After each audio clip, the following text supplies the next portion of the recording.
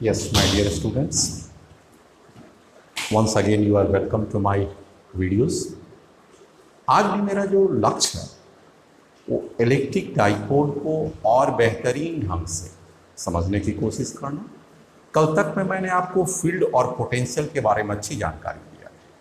आज मैं ये देखना चाहता हूँ कि अगर किसी इलेक्ट्रिक डाइपोल को हम यूनिफॉर्म इलेक्ट्रिक फील्ड में रख दें तो उसकी क्या इफेक्ट होती है। क्या उस पर नेट फोर्स लगता है, क्या उस पर नेट टॉर्क लगता है, और अगर लगता है तो कितना होता है।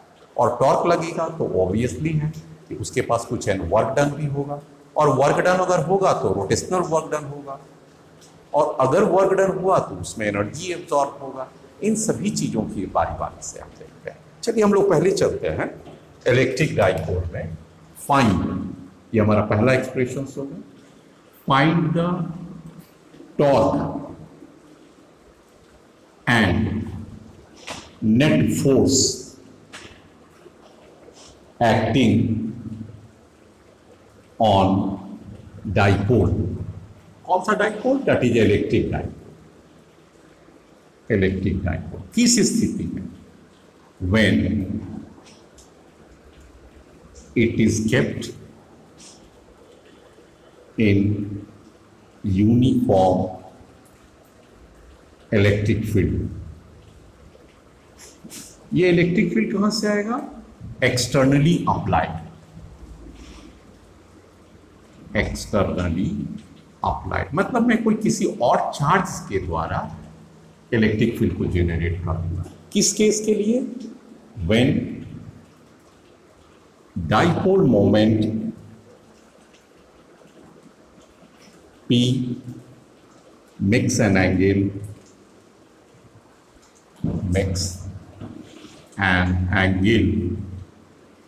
theta with electric field applied। बहुत आसानी से मैं समझा दूंगा इसका, देखने में इतना लंबा है लेकिन है कुछ भी नहीं। Answer very simple. Let us consider this to be a dipole minus q and this is the plus q, and let us suppose this is the d distance and this is the d distance। तो total dipole length कितना हो जाएगा? अगर इसे हम लोग ab मान लें तो what is the ab length of dipole? That is length of dipole. इस केस में मैंने 2d ले लिया है। ओ सेंटर में आप ध्यान दीजिएगा, this O is the centre. What is O? Centre of dipole. अब हमने क्या किया कि एक यूनिफॉर्म एक्सटर्नल फील्ड अप्लाई कर दिया। You can see lines are parallel. This is the uniform electric field. और उस यूनिफॉर्म इलेक्ट्रिक फील्ड में डाइपोल के जो एक्सिस, डाइपोलिक मोमेंट की जो एक्सिस है, ये कौन सा एक्सिस होगा? ये वाला। This is called dipole moment axis P. तो डाइपोल मोमेंट और पी के बीच में थीटा बन रहा है। तो what is theta? Theta is angle between dipole moment, that is P, and E applied। बहुत आसानी से समझ गए। This is it. अब बच्चे लोग क्या होगा, इस AB पर आपके पास यहां पर आ जाइए। AB पर एक फोर्स एक्ट काम करेगा। वो फोर्स कितना होता है आप जानते हैं, किसी भी इलेक्ट्रिक फील्ड में फोर्स क्या होता है? Q into E। चलिए, अब ये निगेटिव चार्ज है, इस पर फोर्स किधर लगेगा? Negative force. अगर निगेटिव चार्ज देंगे तो माइनस क्यू ई हो जाएगा। माइनस क्यू का मतलब हो गया फोर्स अट्रैक्टिव हो जाएगा, इस साइड हो जाएगा। तो this is the force end of course it is Q E. Direction ले लिए हैं इसलिए माइनस साइन नहीं देना पड़ेगा, इस वक्त फोर्स लगा। और यहां पर किधर फोर्स लगेगा? Force equal to Q E. Uniform electric field है, इसलिए अगर हम कहें कि ये F1 है और लेट अस सपोज F2 है, तो आप देख सकते हैं F1 is equal to minus of F2।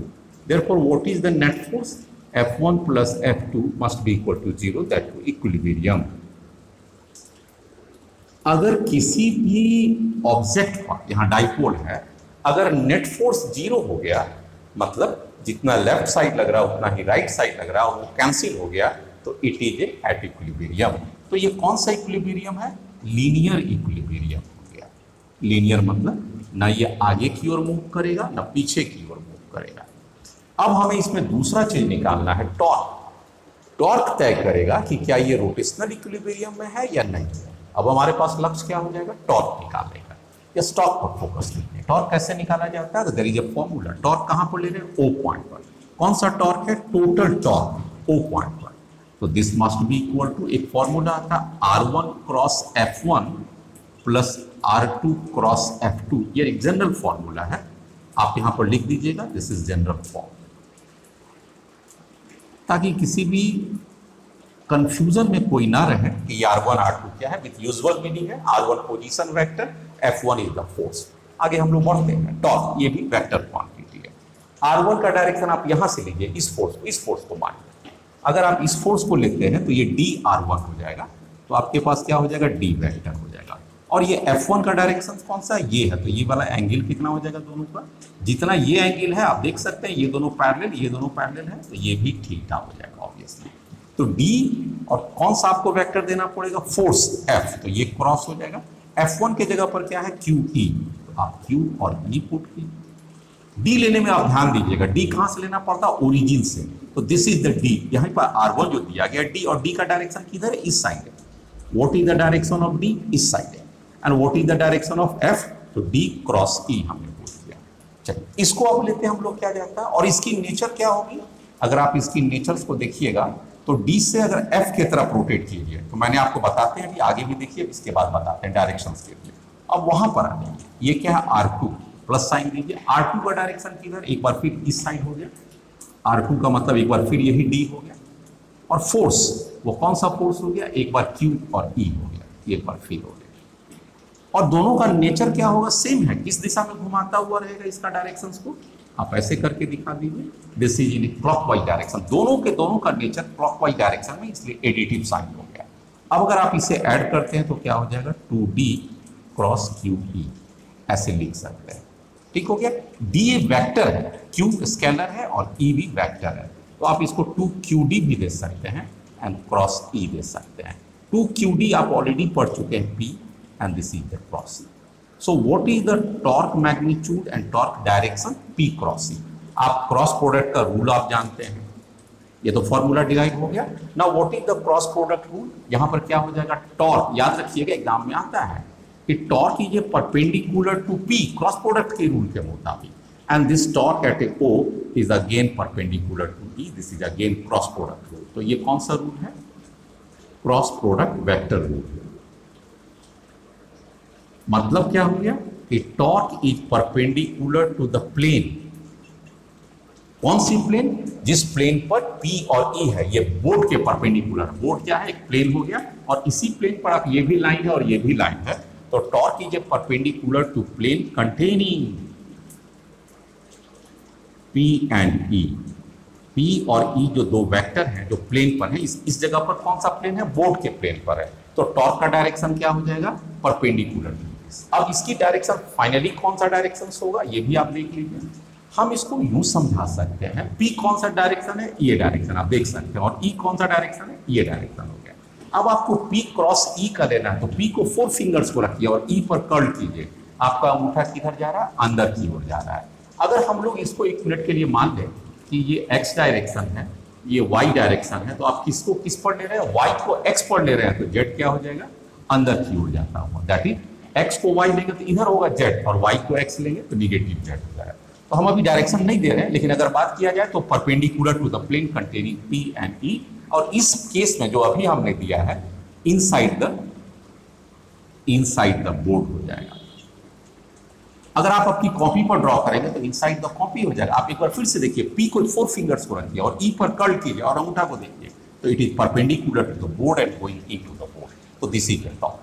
तो ये टॉर्क का डायरेक्शन भी आ गया। टॉर्क का डायरेक्शन क्या हो गया, perpendicular to the board and going into the board. ऐसे नॉर्मल केस में हम लोग क्या करते हैं, इसे कट कर देते हैं, तो ये क्या शो करता है, perpendicular to board and going into board. अरे कौन जा रहा है, तो टॉर्क की डायरेक्शन जा रहा है। तो टॉर्क क्या होता है, रोटेशनल एक्सिस। इसका मतलब क्या हो गया, टॉर्क का डायरेक्शन क्या हो गया, torque direction is rotational axis एक बार मैं आपको बता दूं, देखिए जैसे मान लीजिए आपके पास फैन, मेरी उंगली को देखिए, फैन ऐसे घूम रहा है, ठीक हो गया। इस तरह से अगर फैन घूम रहा है तो एंटी क्लॉकवाइज है, अभी इशारा की तरफ से, तो एंटी क्लॉकवाइज पर आप उंगली को घुमाइए। अपने अंगूठा को देखिए किधर है, अंगूठा आप देखिएगा ऊपर की ओर है, तो this is the direction of rotational axis. अगर फैन ऐसे घूम रहा है तो उसका टॉर्क का डायरेक्शन क्या है, ये अंगूठा, रोटेशनल एक्सिस। और अगर फैन क्लॉकवाइज घूम रहा है, अंगूठे की दिशा को देखिए डाउनवर्ड, तो this is the rotational axis and this is also called the torque axis. Clear cut idea, very fine. Next, अब हमारा ये कहना है कि टॉर्क का बच्चे मैग्नीट्यूड कितना हो जाएगा, तो इसको ऐसे भी लिख सकते हैं टॉर्क को।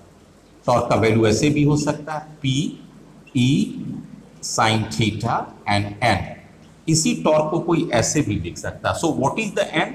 N is the direction of torque. ये एन क्या है? Unit normal vector, unit normal vector, that is direction of torque. आपको एक एक चीज को समझना है। और अगर हम टॉर्क की सिर्फ मैग्नीट्यूड की बात करें तो कितना हो जाएगा बच्चे लोग? टॉर्क की मैग्नीट्यूड, तब आपको लेना एन को छोड़ देना है, तो this is P E sine theta. बोलिए आपको समझ में आ गया? जहां थीटा क्या है, पी और ई के बीच, वहां देख सकते हैं थीटा क्या है, पी और ई के बीच की एंगल है। अब ये प्रश्न ही उठता है कि ये टॉर्क का मैक्सिमम वैल्यू कब होगा? मैक्सिमम वैल्यू तो साइन का मैक्सिमम वैल्यू होना चाहिए, और साइन का मैक्सिमम वैल्यू +1 होता है, तो दिस इज ए 1। तो what is the torque maximum? Magnitude की बात करें तो पीई हो जाता, किस एंगल पर? When theta is equal to 90 degree. ठीक है, एक और भी हो सकता है, अगर मैग्नीट्यूड की बात करें तो -1 भी हो सकता है। तो टॉर्क का मैग्नीट्यूड एक और भी हो सकता है, पीई -1 भी दे सकते हैं, तो दिस इज अगेन पीई, लेकिन 90 के बाद 180 जोड़ दीजिए, तो दिस इज 270 डिग्री। तो यहाँ पर -p का माइनस हट जाएगा, तो थीटा इक्वल टू 270 डिग्री। मैं आपको फिगर के द्वारा बताता हूं कि टॉर्क कहां पर मैक्सिमम लगेगा और कहां पर मिनिमम लगेगा। इसको देखिए, अगर ये इलेक्ट्रिक फील्ड है और ये p की डायरेक्शन है, अब बोलिए तो जरा पर एंगल कितना है? This is the electric field and this is the direction of p। इस एंगल को क्या कहेंगे? Theta equal to 90 degree, torque maximum. अब इसको देखिए बच्चों, इसको देखिए, ये P है और ये E है। एंगल आपको ये थोड़ी लेना लेता है, एंगल एंटी क्लॉकवाइज। ये एंगल कितना हो गया?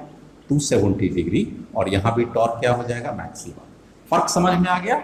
ये वाले में 90 डिग्री है और ये वाले में टॉर्क आपके पास 270 डिग्री है, लेकिन दोनों ही केस में टॉर्क मैक्सिमम लगता है। क्लियर कट आ गया? तो दो बात आप समझ गए। टॉर्क का इक्वेशन क्या होता है, टॉर्क का इक्वेशंस क्या होता है, ये वाला। टॉर्क का वेक्टर फॉर्म में इक्वेशंस क्या होता है, टॉर्क मैक्सिमम कितना होता है। अब अगर हम टॉर्क को मिनिमम वैल्यू कहें तो कितना हो जाएगा? What is the minimum value of torque and at what angle? यहां पर आ गए। मैक्सिमा का तो आपने देख लिया, टॉर्क का मिनिमम देखिए। What is the torque minimum? Formula लिखिए मैग्नीट्यूड का, PE and sine theta. Now this become 0 कब? अगर थीटा इक्वल टू 0 हो जाए तो टॉर्क कितना लगेगा? सीधा की सीधा हो जाएगा। जैसे अगर ये P की डायरेक्शन है और हमने E की डायरेक्शन एक्सटर्नली अप्लाइड ऐसे कर दिया, तो व्हाट इज द टॉर्क? इस केस में टॉर्क क्या हो जाएगा? 0। नेक्स्ट केस को देखिए, इस केस को तो देखिए, एक और केस में भी टॉर्क 0 हो सकता है। आप भी समझ रहे होंगे वो कौन सा केस होगा? यस, जब वो केस एंटी पैरेलल हो जाए। जैसे अगर हम P की डायरेक्शन को ऐसे दे दें और अप्लाइड इलेक्ट्रिक फील्ड को ऐसे दे दें, this is the directions of applied electric field and आप देख सकते हैं this is the directions of P। ये दोनों क्या है? Anti parallel. तो यहाँ थीटा क्या है? 180 डिग्री। टॉर्क क्या हो जाएगा बच्चे लोग? PE sine 180 degree. और ये तो सब लोग जानते ही हैं कि साइन 80 डिग्री भी तो 0 ही होता है, तो दिस इज अगेन 0। तो दो केस में टॉर्क का वैल्यू 0 हो सकता है। किस केस में 0 हो सकता है? When theta equal to 0 and theta equal to 180 degree. और दो केस में मैक्सिमम हो सकता है, when theta equal to 90 degree and theta equal to 270 degree. Next, जरा सा इस ऑब्जेक्टिव क्वेश्चन को देखिए।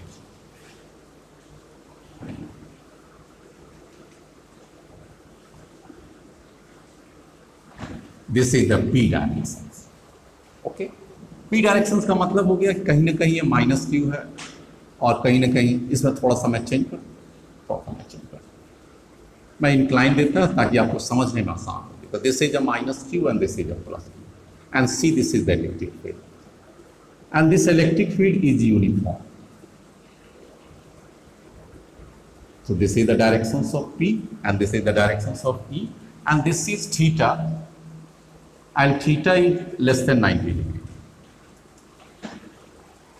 ये इस केस में आपका। अब आपसे पूछता है इसमें क्वेश्चन, तो ये फिगर दे देगा, पूछेगा कि ये जो आपको है लीनियर इक्विलिब्रियम है, पहला ऑप्शन। दूसरा ऑप्शन देगा रोटेशनल इक्विलिब्रियम,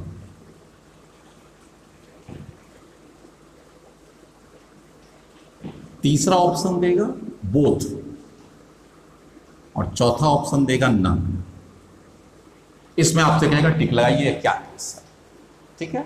तो आप जरा इस पर ध्यान दीजिए। तो आप ध्यान देते हैं तो क्या देखते हैं कि भाई लीनियर इक्विलिब्रियम का मतलब है क्या ये आगे या पीछे एक्सीलरेट होगा या नहीं होगा। आप इस पर आ जाइए, इस पर फोर्स कितना लग रहा है, दैट इज Q इंटू ई। अब माइनस साइन है तो फोर्स इस साइड लग रहा है, और यहां पर फोर्स क्या लग रहा है, this force is equal to Q into E, और ये Q प्लस साइड है तो ये फोर्स इस साइड लग रहा है। इसका मतलब हो गया F नेट कितना हो गया इसमें 0 and this is the case of linear equilibrium. ये लीनियर इक्विलिब्रियम हो गया, आगे नहीं बढ़ेगा। अब अगर आप इसमें टॉर्क देखते हैं तो कितना हो जाएगा, PE साइन थीटा। टॉर्क की मैग्नीट्यूड की बात करते हैं, यहाँ P पॉजिटिव है, E पॉजिटिव है और साइन थीटा भी नन जीरो। यहां पर क्या हो गया, P non zero, E non zero and sine theta non zero, तो ये टॉर्क भी हो जाएगा नन जीरो, ये भी हो गया नन जीरो। जीरो नहीं हो सकता है। अब अगर ये जीरो नहीं हो सकता है तो रोटेशन करेगा, तो it is A rotational, rotation हो जाएगा। यस, तो ये रोटेशन का मतलब हो गया कि रोटेशनल इक्विलिब्रियम में नहीं है, लीनियर इक्विलिब्रियम है, this is correct. Rotational equilibrium wrong, बाकी ये तो अपने आप ही खत्म हो गया।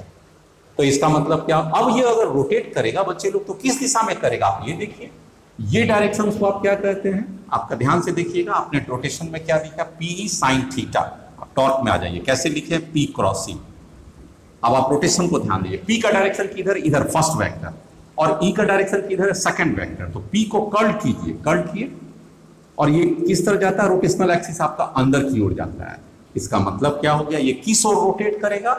अगर आप ध्यान दीजिएगा तो इसके वेक्टर को दो पार्ट में आप रिजॉल्व कर सकते हैं। आप यहां पर आ जाएंगे, मैं आपको और बेहतर ढंग से उसको समझाता हूं। इसको आप आ जाएंगे, ये फोर्स आपका दो वेक्टर आ जाएगा, एक फोर्स हो जाएगा F x डायरेक्शन में और एक हो जाएगा F y डायरेक्शन में। और इसी तरह से यहां पर भी लेते हैं तो एक फोर्स हो जाएगा F x डायरेक्शन में और ये हो जाएगा F y डायरेक्शन। ये F और ये F एक दूसरे को कैंसिल कर दिया, और ये F और ये F इसे किस दिशा में रोटेट करेगा, इन्हें क्लॉकवाइज डायरेक्शन। तो रोटेशन भी होगा and clockwise direction.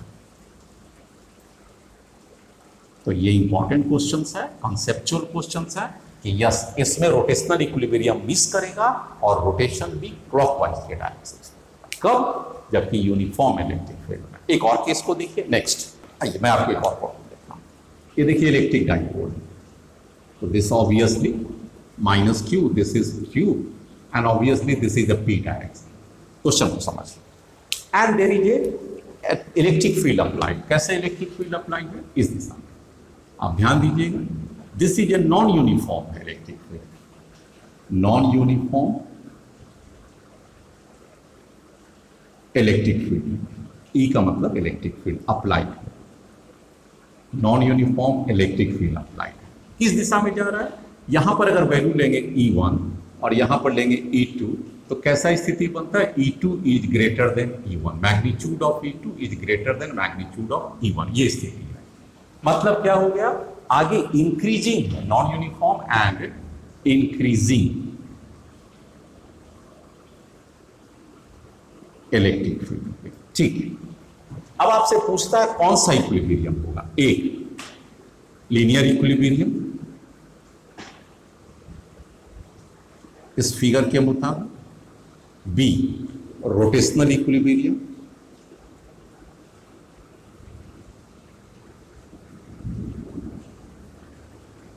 C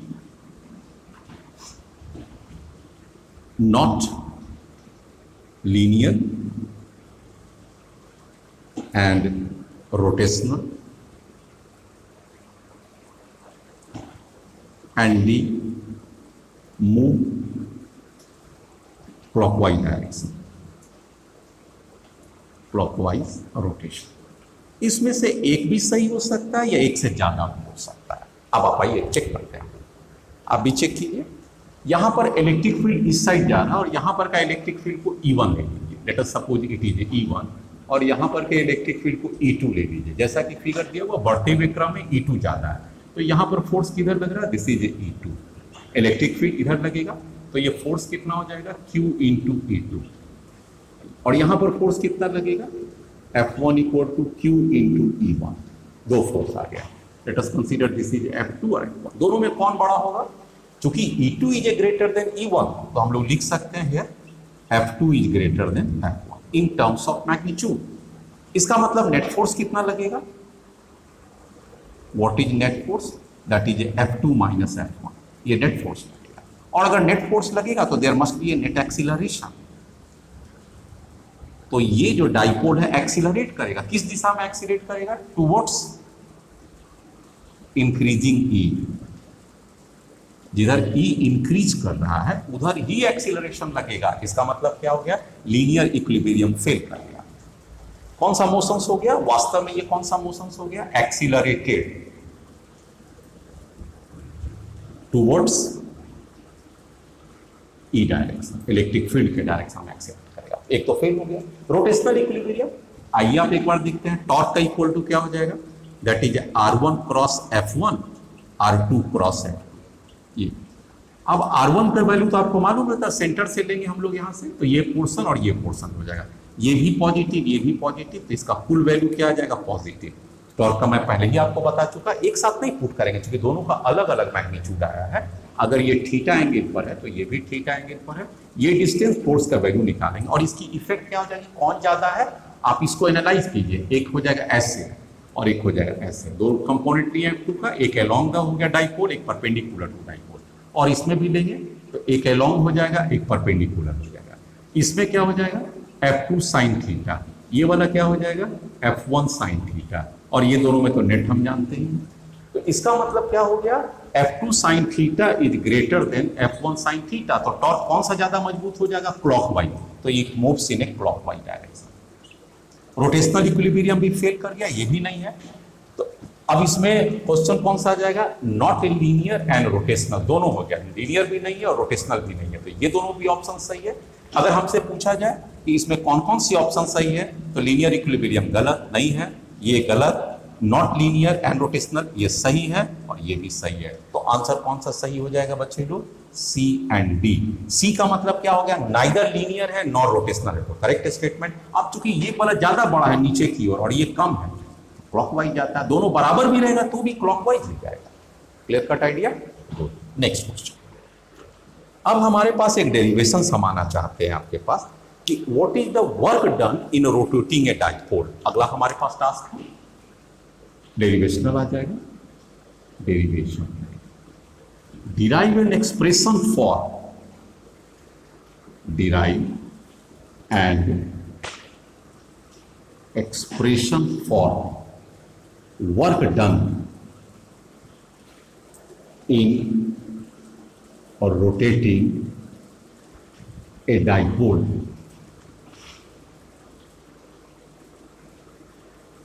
in uniform electric field.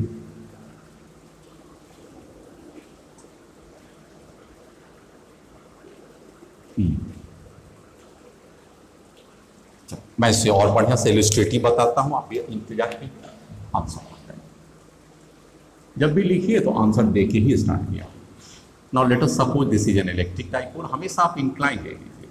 Late us suppose -q and +q, obviously this is A centre and this is the electric field apply. 3 line से show कर दीजिए ताकि पूरे के पूरे डाइपोल ही है इलेक्ट्रिक फील्ड में। This is the electric field, late us suppose this is A theta and this of course is the p direction. -q से +q को जोड़िए, late us suppose this is A d and d ऐसा सब कुछ वही है। तो आपने अभी अभी इसमें डिराइव किया था, आप इस डेरिवेशन को लिखिएगा। We know what is torque, हमने डिराइव किया था, torque equal to PE sin theta, that is the magnitude of torque. Magnitude of torque. बेहतर। अब आपका आता है work done. Work done in rotating dipole is equal to dw कहिए तो torque into D theta. Rotational work done क्या होता है? Torque into angular displacement. तो टॉर्क क्या है? क्या ये फंक्शन कांस्टेंट है टॉर्क या वेरिएबल है? तो torque is a function of theta. Theta बदलेगा तो टॉर्क बदलेगा। P और E इज ए कांस्टेंट। यहां पर क्या बात को याद रखिएगा? P and E are constant. कौन वेरिएबल है? यहां पर थीटा को रोटेट करते हैं तो थीटा वेरिएबल। इसका मतलब ये हो गया कि टॉर्क भी क्या हो गया? वेरिएबल है, डिपेंडिंग अपॉन थीटा है। आइए, इसीलिए हमने डी थीटा दिया। अगर टॉर्क अगर कांस्टेंट रहता तो torque into theta direct multiply कर देते हैं, यहाँ डी थीटा करके नहीं देते। अब अगर आपको पूरा वर्क डन निकालना है तो इंटीग्रेट करना पड़ेगा। आ जाइए, टॉर्क। टॉर्क का वैल्यू आपके पास ऑलरेडी नोन है, PE sin थीटा। मैग्नीट्यूड आपको मतलब है, and this is d theta. Let us suppose it is a rotated from minimum angle θ1 to the final θ2। तो यहां पर भी टॉर्क को लीजिए, this is θ1 and θ2। Work done पूरा के पूरा कितना हो जाएगा? That is a W। तो this is the work done. आइए, आपके पास वर्क डन की वैल्यूज को रहने दीजिए। Let's the total work done. PE constant है, बाहर कर देंगे। नाउ साइन थीटा का इंटीग्रेट करेंगे, minus cos theta, and this put the limit θ1 and θ2।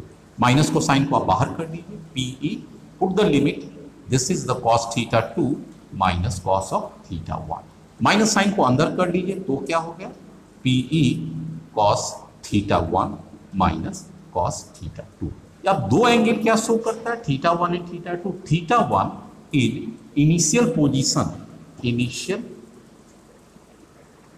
Angular position of dipole. θ2 क्या शो करता है? Final angular position, final angular position of dipole. तो आपके पास वर्क डन आपके पास आ गया। P आपको मालूम है, यहां पर P पूछेगा। P क्या है? Dipole moment. और डाइपोल मोमेंट क्या होता है? Q into displacement 2D। P vector find. और E क्या है? Externally applied field, externally applied field.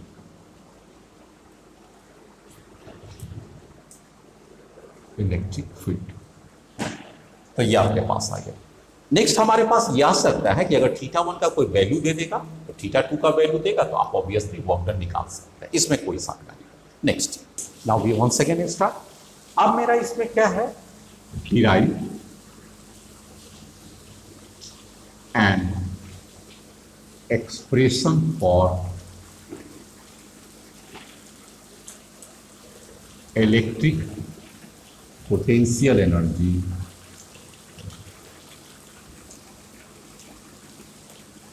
stored in a dipole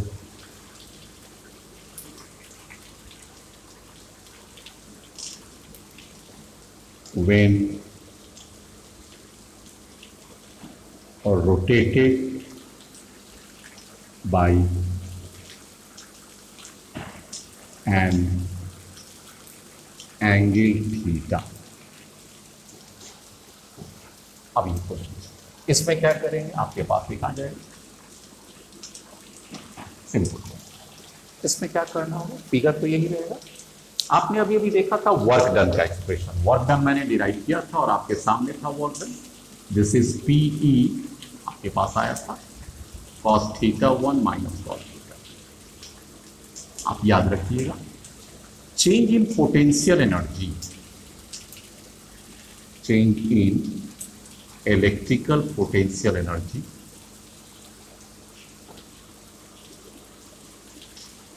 is equal to work done by the external source, work done by an external source, and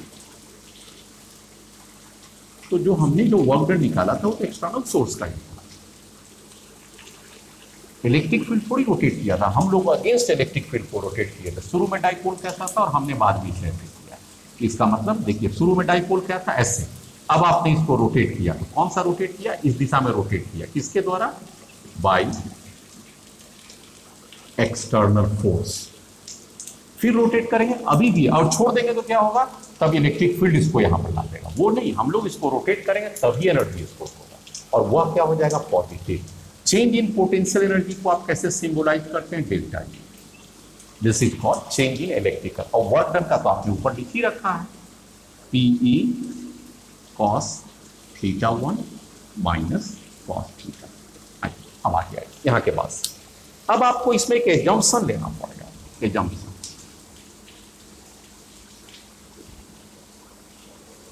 क्या assumption है, देखिए ध्यान से। शुरू में डाइपोल का डायरेक्शन ऐसे रहेगा, पी इस साइड रहेगा, मतलब क्या हो गया, माइनस क्यू इधर रहेगा, प्लस क्यू इधर रहेगा, और अप्लाइड इलेक्ट्रिक फील्ड इधर रहेगा, अप्लाई। इसका मतलब क्या हो गया कि शुरुआती दौर में θ1 कितना है, 90 डिग्री। तो इसका मतलब हम फिर से नीचे लिख रहे, θ1 90 डिग्री इनिशियली, शुरू में ही यहां पर, और बाद में ये घूम के कहां पर आ गया, ये फिगर देख लीजिए, बाद में ऐसे करके आ गया पी। मतलब इलेक्ट्रिक फील्ड से कोई एंगल बना लिया, θ2 equal to theta, θ1 equal to 90 degree and θ2, इसके कॉरस्पॉन्डिंग में आपको एनर्जी निकालना है, ठीक है। और इसके कॉरस्पॉन्डिंग में एनर्जी हो जाएगा θ1 equal to 90 degree, this is equal to 0। तो potential energy corresponding to 90 degree, assumption क्या हो गया हमारे पास, इसको क्या कहते हैं, पोटेंशियल एनर्जी। किसके, for θ1 equal to 90 degree and this is equal to 0। और पोटेंशियल एनर्जी कॉरस्पॉन्डिंग टू θ2, और θ2 कितना, थीटा, यही आपको निकालना है। आइए इस पर पुट कर दीजिए। तो पोटेंशियल एनर्जी का मतलब क्या हो जाएगा, u θ2 माइनस u θ1, मतलब potential energy corresponding to θ2 position final वाला, कॉरस्पॉन्डिंग टू इनिशियल पोजीशन आ जाएगा। यहां भी आ जाइए, पीई कॉस θ1 कितना पर है आपका, θ1 का शुरुआती दौर क्या है, 90 डिग्री, तो ये हो जाएगा कॉस 90 डिग्री। θ2 का बाद का स्थिति क्या है, तो θ2 इक्वल टू थीटा। आ जाइए यहां पर, what is potential energy θ2, this is a theta, what is the potential energy corresponding to θ1 90 degree equal to 0, and this is PE cos 90 degree equal to 0 and cos theta। ठीक है, अब आप इसको symbol of को solve कीजिए। Potential energy corresponding to any angle is equal to minus PE cos theta, क्योंकि ये minus बाहर आ गया, तो वेरी इंपॉर्टेंट डेरिवेशन फॉर किसके लिए हो गया ये, इसका पोटेंशियल एनर्जी है फॉर इलेक्ट्रिक डाइपोल के लिए। कब के लिए, when kept in a uniform electric field, in uniform electric field. Non uniform नहीं है, क्योंकि एक ही इलेक्ट्रिक फील्ड का मैंने इक्वेशन यूज किया है। और थीटा क्या है, इस जगह पर थीटा आप देख सकते हैं, एंगल यहां पर अगर पूछे व्हाट इज थीटा, तो theta is angle between P and E। P क्या है, डाइपोल मोमेंट, और E क्या है, इलेक्ट्रिक फील्ड। बाकी तो आपने समझ गया। तो क्या इसको कोई ऐसे भी लिखे तो कोई डाउट है, U corresponding to theta is equal to minus P dot E vector, क्योंकि डॉट प्रोडक्ट को तोड़ेंगे तो कॉस थीटा तो आ ही जाएगा। ये बेहतरीन फॉर्मूला है कि आपको याद रखना पड़ेगा, माइनस P। नेक्स्ट, अब आपको ये चेक करना है कि अगर कोई डाइपोल को यूनिफॉर्म इलेक्ट्रिक फील्ड में रख दें तो क्या उसकी इक्विलिब्रियम हो सकता है या नहीं हो सकता है। मतलब discuss the equilibrium of the electric dipole. Most unstable case कौन होगा और मोस्ट स्टेबल इक्विलिब्रियम कौन होगा, ये केस कैसे इसे बेहतर ढंग में समझाएं। Discuss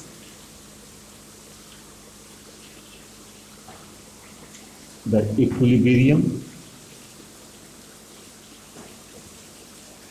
position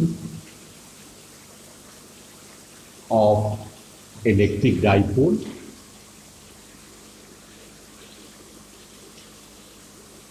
in uniform electric field।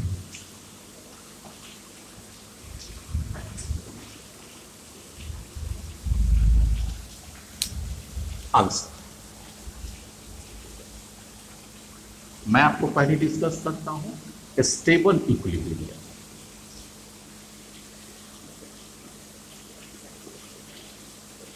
कोई भी चीज स्टेबल इक्विलिब्रियम क्या होगी, दो कंडीशन को फुलफिल करेगा। टॉर्क नेट कितना होगा उसके ऊपर, 0, और दूसरा पोटेंशियल एनर्जी,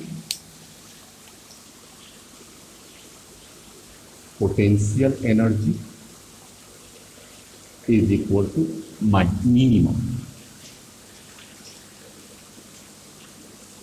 ये बात ठीक है। तो आइए हम लोग इसको जरा डिस्कस करते हैं। Late us suppose this is the case, -q and this is a +q, this is the center and here dipole का डायरेक्शन कौन हो जाएगा, ये डाइपोल की डायरेक्शन हो गया। इलेक्ट्रिक फील्ड भी है, तो यहां पर थीटा क्या है, इक्वल टू 0 डिग्री। क्यों, क्योंकि E is parallel to P direction, theta. Now what is the potential energy, potential energy is equal to -PE cos theta. यहाँ पर हम देख सकते हैं कि इसकी मिनिमम वैल्यू होने के लिए cos थीटा को मैक्सिमम होना पड़ेगा, और तो ये वैल्यू हो जाएगा PE × 1। तो what is the U minimum, minimum potential energy equal to, finally क्या हो गया, U minimum equal to -PE। तो आप याद रखिएगा minimum potential energy of a dipole is -PE। कब होगा ये, व्हेन थीटा इक्वल टू 0। इसके कोरस्पॉन्डिंग में टॉर्क कितना लगेगा, तो टॉर्क की वैल्यू आ जाएगी, टॉर्क मिनिमम पर आ जाएगी। कितना हो सकता है इसमें, PE और एंगल आपने रखा साइन थीटा, और साइन थीटा का 0 है, ये 0 हो जाएगा, क्योंकि साइन 0 डिग्री इक्वल टू 0 होता है टॉर्क। तो जिस केस में टॉर्क 0 हो और पोटेंशियल एनर्जी मिनिमम हो, इस केस को क्या कहते हैं, स्टेबल इक्विलिब्रियम। यहाँ पर देख सकते हैं this is the stable equilibrium. Next आ गया, अब हमारा दूसरा आ जाता है अनस्टेबल इक्विलिब्रियम। इक्विलिब्रियम है लेकिन अनस्टेबल है, अनस्टेबल इक्विलिब्रियम। इक्विलिब्रियम का मतलब हो गया कि नेट टॉर्क अवश्य 0 होगा। रोटेशनल इक्विलिब्रियम की बात कर रहे हैं, यहाँ पर स्टेबल इक्विलिब्रियम में किसकी चर्चा कर रहे हैं, बेटर होगा रोटेशनल। रिज्यूम करके चलते हैं, लीनियर तो है। स्टेबल इक्विलिब्रियम को अब आप एक काम करिए। Now let us consider this to be the P direction, मतलब पीछे में आपका -q हो गया और +q हो गया, डायरेक्शन हो गया -q से +q, and this is the direction of the applied electric field. So this is the directions of applied electric field and you can see this is the directions of P। दोनों क्या है आप देख सकते हैं, P is anti parallel to E। Anti parallel का मतलब क्या हो गया, थीटा इक्वल टू 180। ओके, अब इस केस में आप पोटेंशियल एनर्जी को चेक कीजिए, तो what is potential energy is equal to -PE, और एंगल में कितना हो जाएगा, cos 180 डिग्री। cos 180 डिग्री का वैल्यू क्या होता है, -1 होता है, और इसका मतलब भी हो गया PP हो गया। तो this is the potential energy, और ये पोटेंशियल एनर्जी मैक्सिमम हो गया क्योंकि cos थीटा का मिनिमम वैल्यू -1 होगा, माइनस माइनस ये प्लस हो जाएगा तो ये P हो जाएगा। तो this is called potential energy maximum. किसी का भी पोटेंशियल एनर्जी मैक्सिमम इससे ज़्यादा नहीं हो सकता है, और ये एंगल कितना हो गया, व्हेन थीटा इक्वल टू 180। और अगर टॉर्क की बात करें तो क्या हो जाएगा, टॉर्क इक्वल टू PE और साइन 180 डिग्री। इस केस का भी वैल्यू हो जाएगा 0। तो अनस्टेबल इक्विलिब्रियम के लिए दो बात को जानना पड़ा। पहली बात क्या हो गया, टॉर्क नेट मस्ट बी 0, और दूसरा बात क्या हो गया, पोटेंशियल एनर्जी इज मैक्सिमम, और वो मैक्सिमम होगा कितना, तो +P होगा, और वहां पर पोटेंशियल एनर्जी मिनिमम कितना होगा, तो that is -P।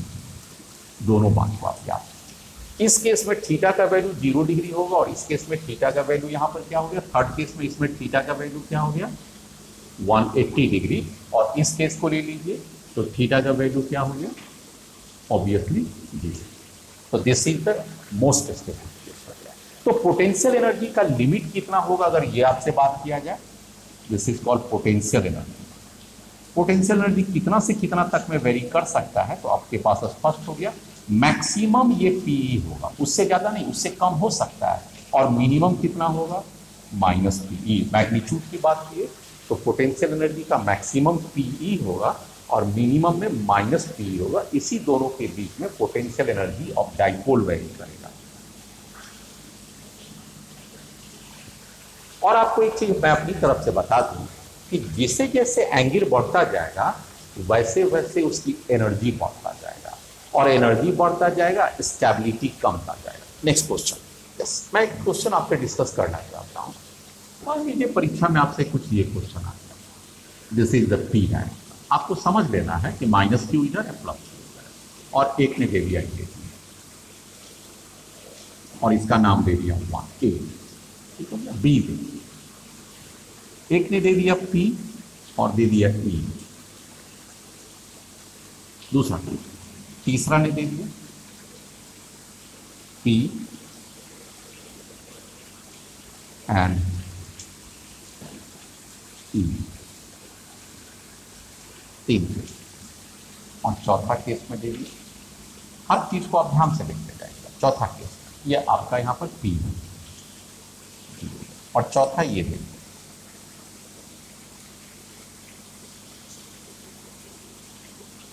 This is P and figure को आप ध्यान से देखिएगा। पूछेगा बच्चे लोग, इसमें मोस्ट स्टेबल कौन है, इसमें इस दिनों में most stable in the given figure. अब तो ये बात है कि most stable in the given figure है, इक्विलिब्रियम नहीं पूछ रहे, मोस्ट स्टेबल है। मोस्ट स्टेबल इक्विलिब्रियम नहीं डिस्कस हो रहा, मोस्ट स्टेबल पोजीशन है। आपके लिए क्या तर्क होगा इसमें? मोस्ट स्टेबल का लॉजिक होना चाहिए, लॉजिक या कॉन्सेप्ट कह लीजिए कि potential energy should be minimum, potential energy should be minimum possible.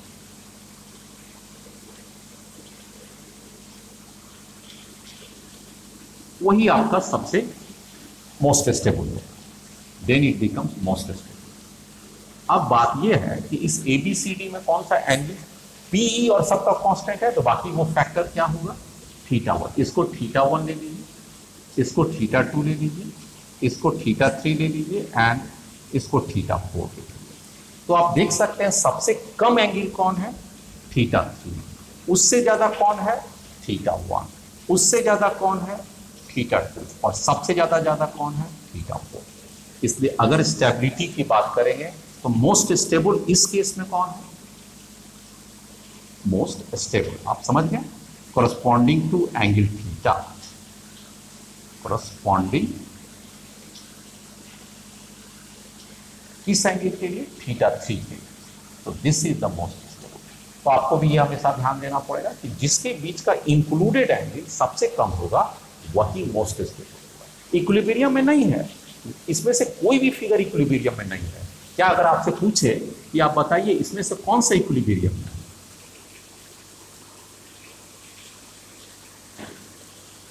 पूछा आपसे इज या आर ले लीजिए, आर दे एट इक्विलिब्रियम, तो आपका आंसर क्या आएगा, नो। बोलिए क्यों नो हो गया, भाई पोटेंशियल एनर्जी कुछ ना कुछ है इसमें, लेकिन आप ये बताइए कि टॉर्क इसमें 0 है, नेट टॉर्क क्या है, net torque is non zero, therefore not in equilibrium. Potential energy तो स्टेबिलिटी तय करता है। तो आपके लिए मोस्ट स्टेबल के लिए है, आप चूज कर सकते हैं, लेकिन इक्विलिब्रियम में नहीं कर सकते। इक्विलिब्रियम के लिए क्या कंडीशन होगा, पिछला 2 केस मैंने डिस्कस किया। अरे भाई जब θ = 0 होता है और θ = 180 डिग्री होता है। चलिए, इस तरह से मैंने आपके साथ बहुत सारे प्रॉब्लम्स को भी डील किया, मोस्टली थ्योरेटिकल्स में डील किया। कल का क्लास में, अगले वीडियो में मैं इसके सारे न्यूमेरिकल्स को डील करूंगा। हाँ, साथ साथ मैं आपको ये भी बताऊंगा कि इसकी एंगुलर SHM कितना हो सकता है अगर हम इसे रोटेट करें यूनिफॉर्म मैग्नेटिक फील्ड में, और अगर SHM होगा तो what is the time period और एंगुलर फ्रीक्वेंसी ऑफ SHM, ये 2 डील करेंगे, plus different types of numericals करेंगे। एक बात आप हमेशा याद रखिए, बच्चों की कमेंट लगातार आती है कि सर आप बहुत सारे प्रॉब्लम्स को कराइए। ठीक बात है, आप किससे फॉलो अप करते होंगे? आप जिससे भी फॉलो अप करते होंगे आप देखते होंगे अरे इसमें तो 100 प्रॉब्लम है, 200 प्रॉब्लम है, और एस कुमार सर तो ये 25-30 ही प्रॉब्लम बताते हैं, तो ये क्या बहुत कम है? ध्यान दीजिएगा, ज़्यादा प्रॉब्लम बना के आप कॉन्सेप्ट को कभी नहीं सीख रहे हैं। आप अच्छी तरह से ध्यान दीजिए कि कॉन्सेप्ट को सीखिए और प्रॉब्लम पर अप्लाई कीजिए। किताब में क्या होता है, एक ही कॉन्सेप्ट को वो 20 प्रॉब्लम सॉल्व कराता है और आपका टाइम कंज्यूम कराता है। मैं क्या करता हूँ, हर कॉन्सेप्ट पर एक या मैक्सिमम 2 प्रॉब्लम करता हूँ और कॉन्सेप्ट की संख्या को ज़्यादा करता हूँ, ताकि अगर वेरिएबल क्वेश्चंस आपके पास आए तो आप जो सॉल्व कर लीजिएगा। आप याद रखिए, मेरा नोट्स 100% सफिशिएंट है both the examination, whether it be the board examination, IIT JEE और नीट। इससे ज़्यादा अगर कुछ होगा तो मैं खुद इसी कॉन्सेप्ट में कवर कर लूँगा। तो बच्चे लोग इस बात को ध्यान दीजिए कि आप बहुत से प्रॉब्लम को नहीं, मेरे नोट्स को आप ये गारंटी मानिए कि I can do and well understand this concept, and once you do understand in a very positive manner, be remember you are going to crack any sort of a question asked from anywhere. ये मेरा अपना तजुर्बा है, बहुत सालों से मैं पढ़ा रहा हूँ और पढ़ाने के बाद ये निष्कर्ष पर निकला हुआ हूँ कि जिनका कॉन्सेप्ट अच्छा है वो प्रॉब्लम सॉल्व कर देते हैं कॉम्पिटिटिव एग्जाम में, और जिनकी प्रॉब्लम कॉन्सेप्ट में थोड़ी कमजोरी है वो लास्ट में सालों भर बहुत सारे प्रॉब्लम सॉल्व करेंगे, बहुत सारे प्रॉब्लम, यानी इस किताब से उस किताब से, और जब एग्जाम आता है ना इतने ज़्यादा कंफ्यूज होते हैं कि शट डाउन कर देते हैं, अपने ब्रेक अब मुझसे नहीं हुआ। तो मैं आपको उस विकराल स्थिति से बचाता हूँ। कॉन्सेप्ट को समझिए, उसको एक कंपाइल करके एक जगह पर नोट कर लीजिए और हर कॉन्सेप्ट पर अपनी तरफ से फॉर्मूला पर अपनी तरफ से भी आप डिजाइन कीजिए कि इस कॉन्सेप्ट पर कौन कौन से क्वेश्चन आ सकते हैं। That will be the remarkable, वही जीत की कारण बनेगी। अगर आप बड़े एग्जाम दे रहे हैं, आपको IIT में 100% नंबर लाना है, नीट में 100% लाना है, और बोर्ड के लिए तो ऐसे भी मैं ज़्यादा क्या कहूँ, वो तो बहुत कम होते हैं बोर्ड इस लेवल के हिसाब से 100% नंबर आते हैं। जीत आपकी सुनिश्चित होगी, ना आपको बाहर जाना है ना आपको अंदर जाना है, आप अपनी जगह पर बने रहिए, अपने घर में बने रहिए। चलिए आज का वीडियो का मैं यही समाप्त करता हूँ। होप करता हूँ कि आप इंजॉय कर रहे हैं, हर दिन नया कुछ सीख रहे हैं, आपको सीखने की प्रवृत्ति बढ़ रही है और हमारे बताने का तरीका बढ़ता चला जा रहा है। दोनों एक दूसरे को इंजॉय करते हुए आगे बढ़ते हैं। आज का वीडियो को यही समाप्त करते हैं, कल हम फिर आपके साथ मिलते हैं, तब तक के लिए गुड बाय।